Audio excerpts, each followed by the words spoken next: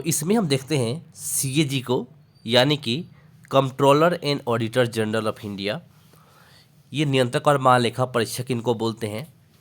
और ये हमारे संविधान में एक बहुत ही ज़्यादा महत्वपूर्ण पद है, जो कि जितने भी केंद्र सरकार और राज्य सरकार खर्च करती है उन सब का लेखा जोखा रखते हैं। ये इस सबको रिव्यू करते हैं, मतलब रिव्यू बोल सकते हैं कि सबको एक तरह से क्रॉस चेक करते हैं, सबका ही हिसाब किताब रखते हैं। और भीमराव अंबेडकर जी ने बोला था, जब सीएजी का पद को अपने संविधान में जोड़ा गया, यह हमारे संविधान का सबसे महत्वपूर्ण ऑफिसर होगा सीएजी, जो कि जनता के पैसों का हिसाब किताब करेगा और उन सब का ये क्या करेगा, एक तरह से रक्षक के रूप में कार्य करेगा। यही बताया गया था सीएजी को लेकर। भीमराव अंबेडकर के द्वारा ये उनके शब्द थे, और भी अलग अलग लोगों ने कहा था, बस उनके शब्द ये थे मेन, ये सबसे बड़ा ऑफिसर होगा सीएजी अपने संविधान के हिसाब से, ऑफिसर के रूप में बात की गई है। हालांकि सबसे ऊंचा पद तो संविधान के हिसाब से राष्ट्रपति जी का है, राइट।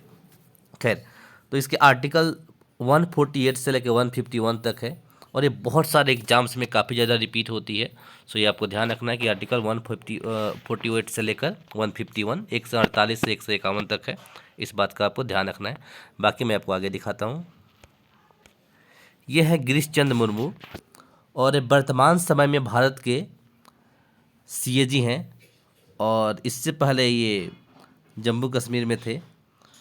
हालांकि खैर, तो इस समय ये क्या है, भारत के वर्तमान में सीएजी हैं भारत में। भारत में जो सीएजी की शुरुआत हुई थी ये 1935 में की गई थी, 1935 में शुरू की गई थी सीएजी का पद, राइट। हालांकि संविधान बनने के बाद तो ये है ही, लेकिन 1935 में इसको शुरू किया गया था, ये बात आपको ध्यान रखना है। तो देखिए इनका आर्टिकल आपने देख लिया। देखिए आर्टिकल 148 में, यानी कि 148 में बताया गया है कि इनकी शपथ लेने के बारे में, इनकी सेवा क्या क्या होगी और क्या क्या शर्तें हैं इनके पद को लेकर, इसके बारे में 148 में हमने जाना था। 149 में है कि इनके कर्तव्य के बारे में, कि इनका कर्तव्य क्या क्या होगा, इनकी शक्तियाँ किस तरीके से होगी, राइट। इनके शपथ के बारे में जो है आर्टिकल 149 के बारे में तो है ही, पर अनुसूची जिसको हम बोलते हैं लिस्ट 3 में भी है, जितने भी बड़े बड़े पद है संविधान में, उन सारे पदों की शपथ के बारे में बताया गया है अनुसूची 3 में, ठीक है। इनका कार्यकाल या तो 6 साल या फिर 65 साल, जो पहले पूरा हो जाए उसके हिसाब से होता है, और पहले भी ये अपना पद से इस्तीफा दे सकते हैं अगर चाहेंगे तो। और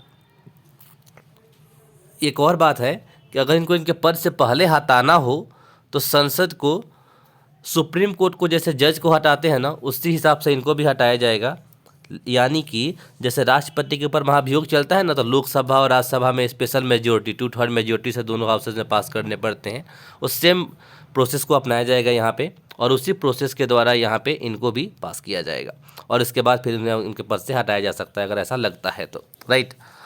और ये अपने पद की जो शपथ है राष्ट्रपति के सामने लेते हैं, परंतु सुप्रीम कोर्ट के जो जज होते हैं ना, उसी के समान इनकी भी शपथ होती है। कैसे? सुप्रीम कोर्ट के जज के समान इनकी शपथ होती है।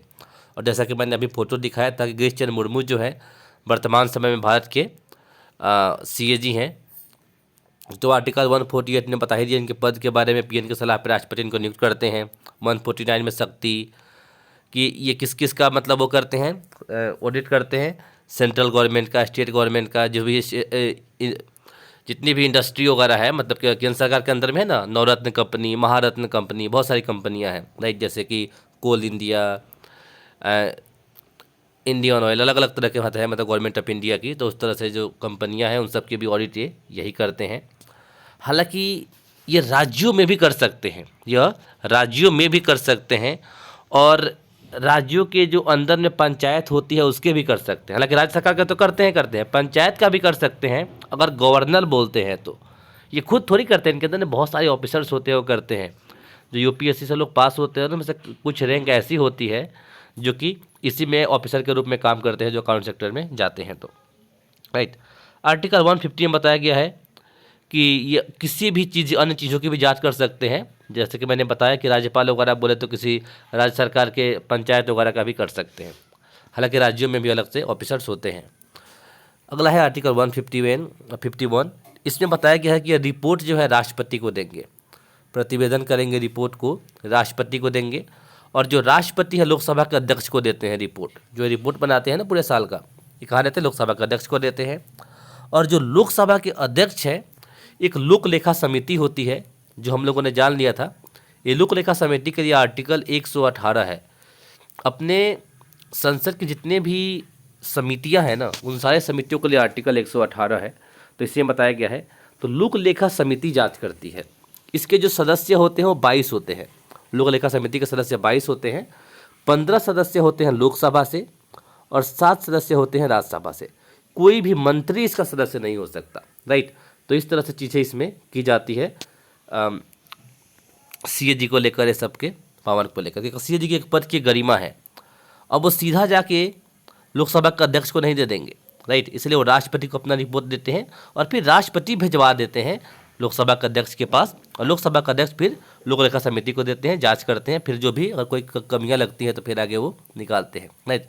तो ये चीज़ें इसमें होती है। तो और कुछ ज़्यादा इंपॉर्टेंट नहीं है इसमें, जो भी इंपॉर्टेंट पार्ट्स हमने यहाँ देख लिए, समझ लिए। सो मिलते हैं नेक्स्ट वीडियो में। Till there, bye bye, take care.